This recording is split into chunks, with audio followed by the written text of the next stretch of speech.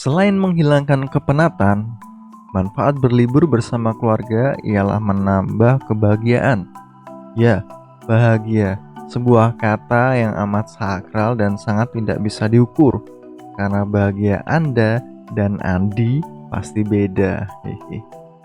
Tidak perlu pergi jauh-jauh, berlibur di taman kota saja dapat merefresh diri dan meningkatkan kebahagiaan. Menghabiskan waktu berlibur bersama keluarga sama saja mengukir momen-momen indah bersama mereka. Akhirnya, sebelum hari Jumat ini, pagi-pagi sekali, 30 menit sebelum jam 6 WIB, kami putuskan pergi ke tempat wisata yang terkenal di Semarang. Beruntung sekali hanya berjarak 10 km dari rumah, kami bisa kunjungi. Cluenya, tempat ini dipenuhi dengan hewan yang bernama monyet di sebuah bukit di tengah-tengah waduk. Apa? Samar terdengar? Ya, betul. Gua Kreo. Gua Kreo di Semarang merupakan salah satu destinasi tempat wisata Semarang yang terdapat di daerah perbukitan Gunung Krincing, tepatnya di Dukuh Talun Kacang, Kelurahan Kandri, Kecamatan Mijen, Semarang, Jawa Tengah. Nah, ada sedikit sejarah yang sangat penting dalam perjalanan tokoh legendaris di Nusantara ini. Peristiwa bermula ketika Sunan Kalijaga hendak mengambil kayu jati untuk membangun masjid di Demak. Nah, ini sangat terkenal ya, Masjid Demak. Ada beberapa cagaknya yang berupa kayu jati yang sangat terkenal karena diambil dari beberapa titik di Jawa Tengah. Namun dalam proses pengambilan kayu jati ini terdapat beberapa kendala. Kayu menyangkut di tebing sehingga mengharuskan Sunan Kalijaga untuk beristirahat.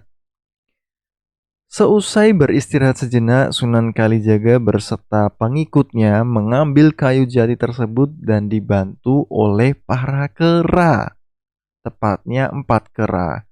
Ada kera tersebut berwarna merah, kuning, putih, dan hitam.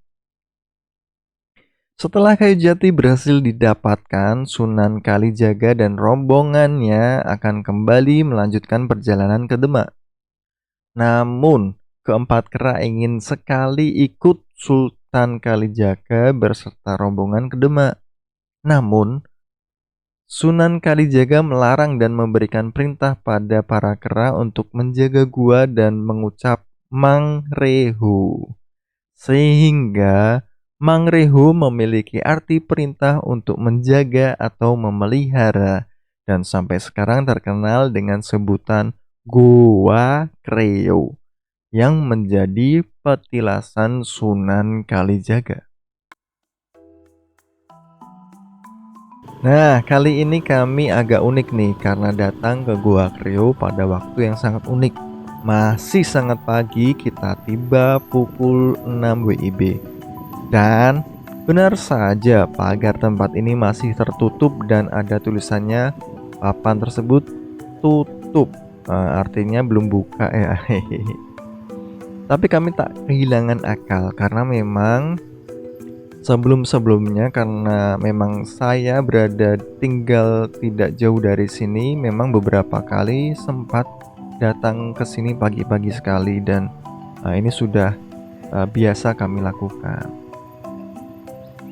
Jadi kami dorong pagar dan masuk tanpa beli tiket. Ya, karena belum ada yang jaga juga sih. Dan boom, kami langsung disambut banyak sekali monyet di sana. Bahkan tiba-tiba ketika kami menyandarkan motor, mereka langsung mendekat dengan begitu banyaknya. Agak di luar ekspektasi karena sebelum-sebelumnya nggak seperti ini banyaknya mereka. Sempat kami agak shock dan takut. Benar saja, di sana tidak ada orang lain. Jika terjadi sesuatu, saya sudah berkhayal dan berpikir keras akan berkelahi dengan mereka dan harus masih menjaga istri dan anak yang harus dilindungi. Maaf, pikiran saya berkhayal terlalu jauh. Dan benar, setelah kami melangkah agak jauh dari motor, ada suara Bro, helm terjatuh dan istri saya sudah mengingatkan dan agak khawatir di sana. Tapi saya sedikit cuek. Oke, kita lanjutkan. Karena paling helm dijatuhkan dan dibuat mainan oleh mereka. Langsung kami lanjut untuk menyusuri tangga yang panjang ke bawah. Tak terbayangkan bagaimana nanti waktu pulang, pasti berat karena waktu naik dan membawa anak yang beratnya hampir 13 kilo. Nah, tapi setelah itu kami disuguhi pemandangan indah dan spesial. Ya, kami merasa spesial karena kami di sana menikmati pemandangan indah pada sebuah jembatan yang terbentang megah dengan tiada orang di sana. Ya, jembatan ini menghubungkan tempat masuk wisata dan sebuah bukit kecil di tengah waduk di Jatibarang. Satu kata yaitu indah. Ingat, satu kata ya, bukan nama untuk Mbak Indah ya. Sebenarnya saya ingin menyusuri lebih dalam sampai ke Gua Kreo, tapi saya punya firasat kurang baik. Saya takut monyet-monyet mencuri barang kami di dalam jok. Karena tadi sempat saya lupa kunci jok motor. Bahkan di dalam ada dompet istri, padahal biasanya jarang sekali dia bawa dompet.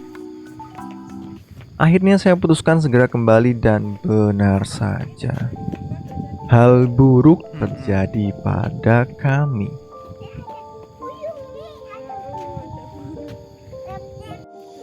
Lihat saja, jok motor kami terjabik-cabik, busa terpotong-potong keluar, helm istri rusak, busanya diambil, helm saya jatuh, tapi masih alhamdulillah masih aman. Ya, karena helm ini lebih mahal sih dari punya istri. Kami tidak sempat video saat itu karena kami sangat syok dan langsung putuskan ambil langkah 1000 segera untuk meninggalkan monyet-monyet ini. Namun melihat tingkah monyet ini, sepertinya mereka melihat sewaktu saya datang. Saya segera memasukkan suatu bungkus plastik ke dalam jok motor, dan benar saja mereka bisa mengambil plastik itu setelah merobek busa dan ada lubang kecil di jok itu. Nah, kami jadi teringat peristiwa suatu kaum yang ada di zaman dahulu. Nah, sedikit cerita lagi ya, sebuah cerita yang sangat masyhur terdengar di kalangan kami.